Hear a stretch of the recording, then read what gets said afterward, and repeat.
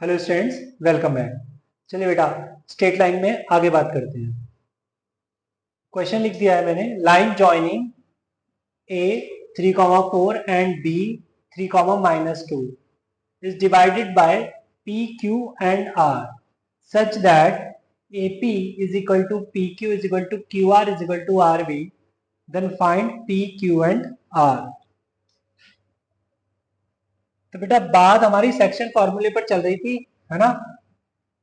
तो सेक्शन फॉर्मूले हमने देखा था कि भाई हमको रेशियो गिवन होता है कि किस रेशियो में सेगमेंट को पर्टिकुलर पॉइंट डिवाइड कर रहा है, तब हम उस पर्टिकुलर पॉइंट के कोऑर्डिनेट बता देते हैं, right.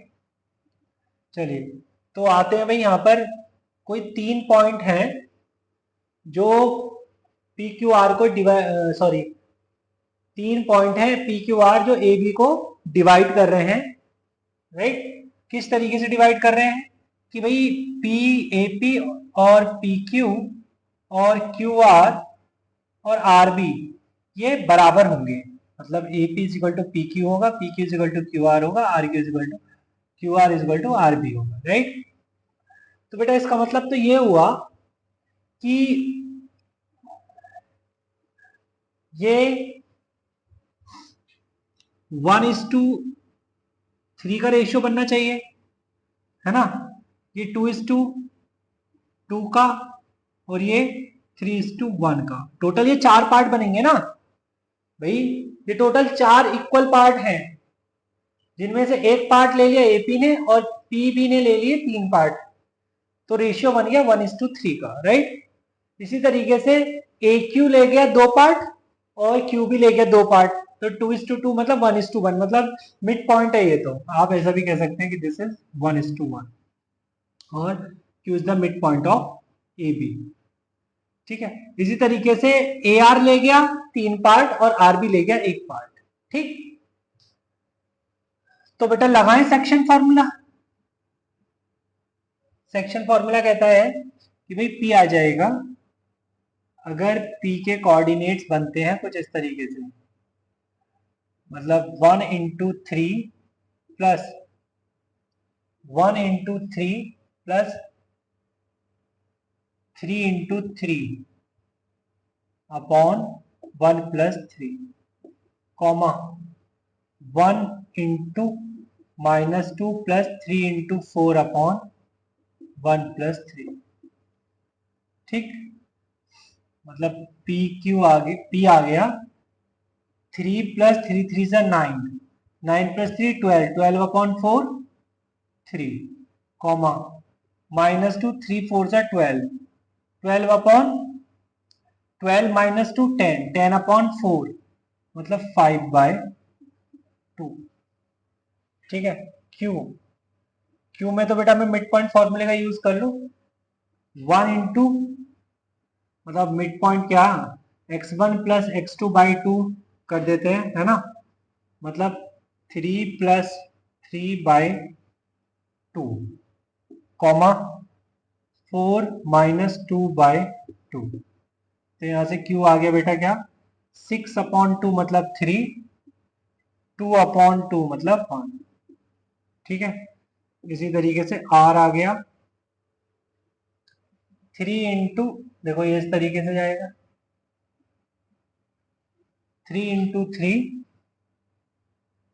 Plus 1 × 3 upon 3+1, comma 3 × -2 plus 1 × 4 upon 3+1,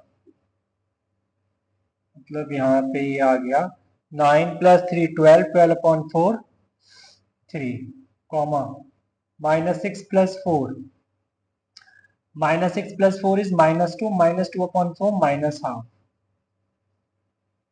बेटा इस तरीके से मैंने पी क्यू आर को बता दिया, ठीक है। सिंपल सेक्शन फॉर्मूला यूज किया है, इससे ज्यादा क्वेश्चन।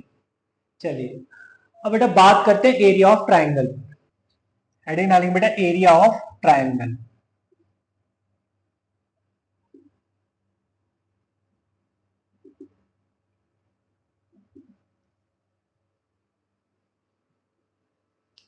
तो देखिए इसमें मैं लिखता हूं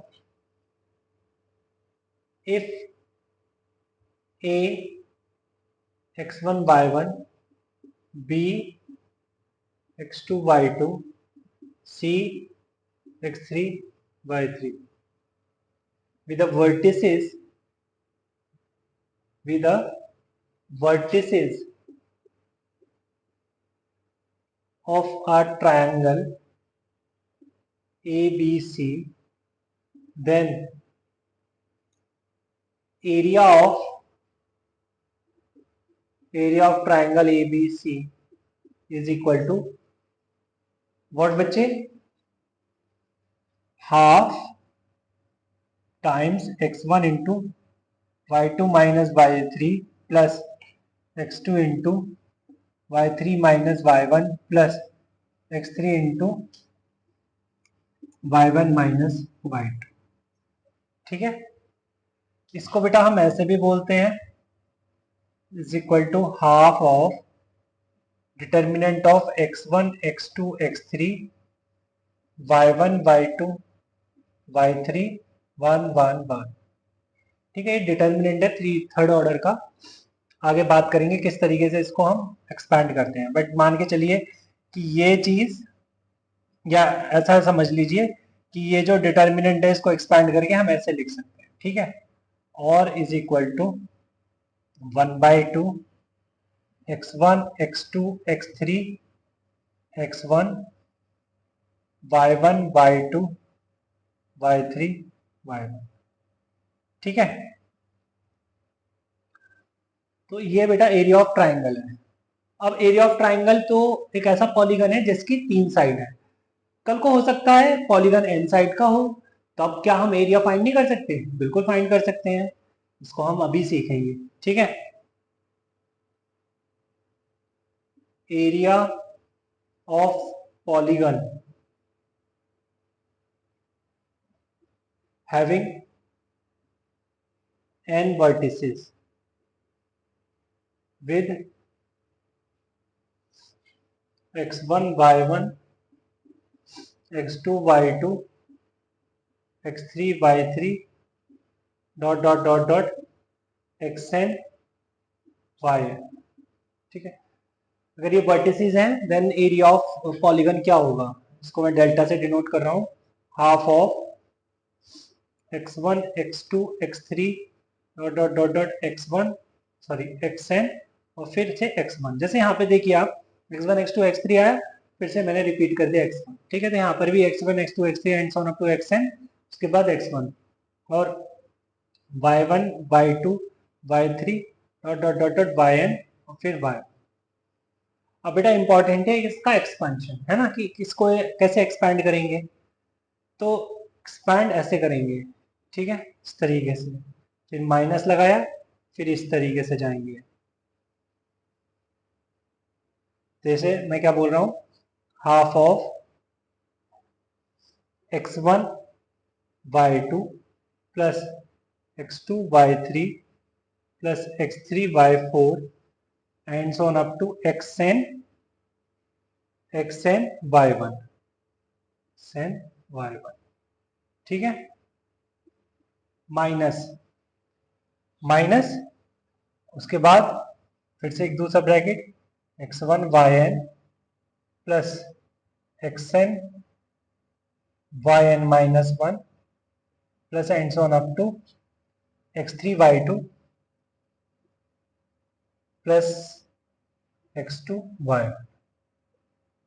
ठीक है बेटा, उसको एक्सपैंड ऐसे कर कैसे किया है देखो, इसको भी हम एक्सपैंड करके बता देते हैं फिर साथ के साथ। 1/2 x1 y2 x2 y3 x3 y1 minus x1 y3 x3 y2 x2 y1, मतलब x1 y2 plus x2 y3 plus x3 y1 minus x1 y3 plus x3 y2 plus x2 y1। I hope you are getting. चलिए आगे चलते हैं। यहाँ पे हम देख लेते हैं बेटा condition of collinearity. Condition of collinearity मतलब कि गिवन पॉइंट्स कब कोलिनियर होंगे। अगर मैं बोलता हूं A B C are collinear, collinear if A B plus B C is equal to A C. ठीक है बेटा, कोलिनियर का मतलब है एक ही लाइन में। अगर मैंने बोला ए बी सी तीन पॉइंट हैं जो कि कोलिनियर है, इसका मतलब वो तीनों पॉइंट एक ही लाइन में है। तो ये बात तो ठीक है कि A B plus B C is equal to A C होना चाहिए, राइट। एक तो चलो ये पॉइंट नंबर 2, अगर एरिया ऑफ ट्राइंगल की टर्म से बात करें तो बेटा अगर पॉइंट्स कोलिनियर हुए तो एरिया तो बनेगा 0। इसका मतलब हम ये भी बोल सकते हैं कि half of x1 x2 x3 y1 y2 y3 is equal to 0 और x1 x2 x3 x1 y1 y2 y3 y1 is equal to 0। Area तो बनेगा बेटा 0। ठीक है, चलिए क्वेश्चन लिख लिया हमने। चलिए बेटा जैसे क्वेश्चन आ गया है कि if a, 0, 0, b and 1, 1 are collinear then 1 upon a plus 1 upon b is equal to question mark. चलिए तो अगर बेटा कोलिनियर है तीन पॉइंट्स तो मैं कह सकता हूं कि a 0 1 a 0 b 1 0 is equal to 0 होना चाहिए। Area of triangle with these 3 points must be 0। तो इसको जरा बेटा एक्सपैंड करें तो हम a into B plus zero minus a minus B minus 0 is equal to 0 होना चाहिए। मतलब कहने का ये है कि A B is equal to A plus B होना चाहिए। अगर बेटा मैं ए बी से बोथ साइड डिवाइड कर दूं तो 1 upon A plus 1 upon B 1 दिखेगा तुमको या नहीं दिखेगा? बिल्कुल दिखेगा। चलिए अब बात करते हैं बेटा एरिया ऑफ क्वाड्रिलेटरल को लेके of the type a mod x plus b mod y plus c is equal to 0। देखो बेटा मैंने लिखा area of quadrilateral a mod x plus b mod y plus c is equal to 0। ये देखिए बेटा ये मैं क्वाड्रिलेटरल बोल रहा हूँ। सर ये तो मुझे एक नॉर्मल इक्वेशन दिख रही है किसी लाइन की। नहीं बेटा ये लाइन ये एक्चुअली में 4 लाइन को रिप्रेजेंट कर रहा है। अभी तुम्हें समझ आएगा। देखो देखो क्योंकि मॉड लगा हुआ है यहाँ पे, तो अगर मैं बोलूं x y ग्रेटर देन 0 तो ये क्या बनेगा ax plus B Y plus C is equal to 0 है ना। x greater than 0 y less than 0। अगर x पॉजिटिव है तो ax, y नेगेटिव है तो minus B Y plus C is equal to 0 है। अगर x नेगेटिव और y भी नेगेटिव तो minus A X minus B Y plus C is equal to 0 और x नेगेटिव y पॉजिटिव तब ये minus A X plus B Y plus C is equal to 0। बेटा जी समझ आ रहा है क्या बोल रहा हूं मैं? ये A X plus B Y plus C is equal to 0 बेटा एक लाइन को रिप्रेजेंट कर रहा है बेसिकली। ठीक है, बचपन में देखा है हमने है ना कि एक लीनियर इक्वेशन है 2 वेरिएबल में लाइन को रिप्रेजेंट करेगा। अब ये कह रहे हैं कि ये ax plus B Y plus C equal to 0 तब तक ही है जब x और y पॉजिटिव है, मतलब फर्स्ट क्वाड्रेंट। ये किसको रिप्रेजेंट कर रहा है बेटा? फर्स्ट क्वाड्रेंट को, ओनली फर्स्ट क्वाड्रेंट। तो फर्स्ट क्वाड्रेंट है तो मतलब ना तो ये फोर्थ में जाना चाहिए और ना ये सेकंड में जाना चाहिए। ठीक है, अब x पॉजिटिव y नेगेटिव किसमें? फोर्थ क्वाड्रेंट में। ये किसको रिप्रेजेंट कर रहा है? फोर्थ क्वाड्रेंट को। फोर्थ क्वाड्रेंट मतलब ये, तो ये बेटा एक लाइन जो वैसे जानी तो इस तरीके से थी बट ये कह रहे हैं कि सिर्फ फोर्थ क्वाड्रेंट में होनी चाहिए, ना तो फर्स्ट में जाएगा ना ये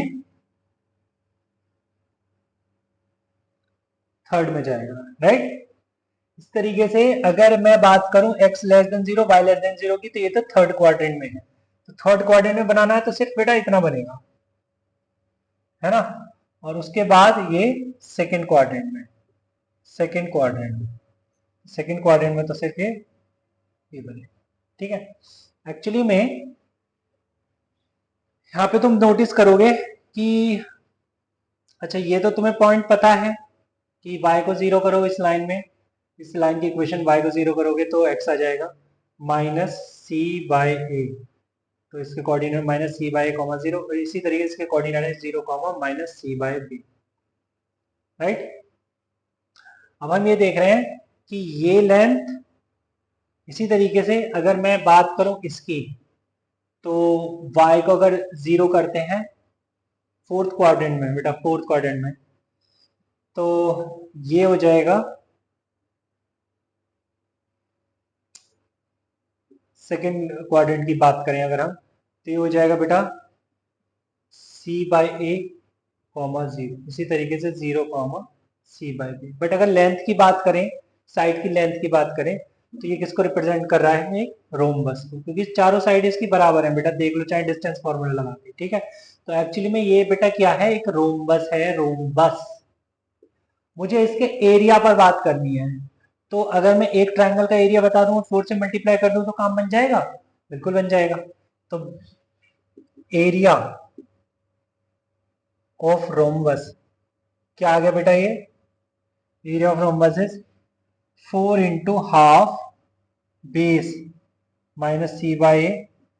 इनफैक्ट इसको मैं पॉजिटिव रखूंगा, क्यों पॉजिटिव रखूंगा कि ये लेंथ को रिप्रेजेंट कर रहा है, हालांकि ये माइनस माइनस प्लस भी हो जाता, फिर भी हमें मॉड यहाँ पे यूज करना है, 2c² अपॉन ए बी। बेटा ये आ गया 2c² upon A B square units, ठीक है। 2c² अपॉन ए बी, ये याद होना चाहिए तुमको, ठीक।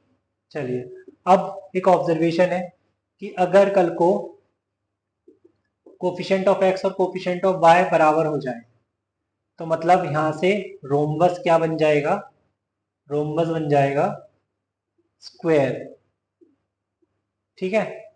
मतलब कहने का ये डायगोनल की लेंथ इक्वल हो जाएगी, डायगोनल की लेंथ इक्वल होते ही स्क्वायर बन जाएगा, और उस केस में एरिया जो आ जाएगा वो आ जाएगा 2c² अपॉन ए स्क्वायर, ठीक।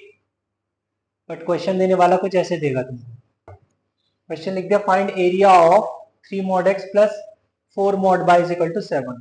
अब तुम्हें पता है कि ये क्या है, रोम्बस है, क्या है ये, रोम्बस। और रोम्बस का स्क्वायर, रोम्बस का एरिया क्या होता है, 2c² अपॉन ए बी।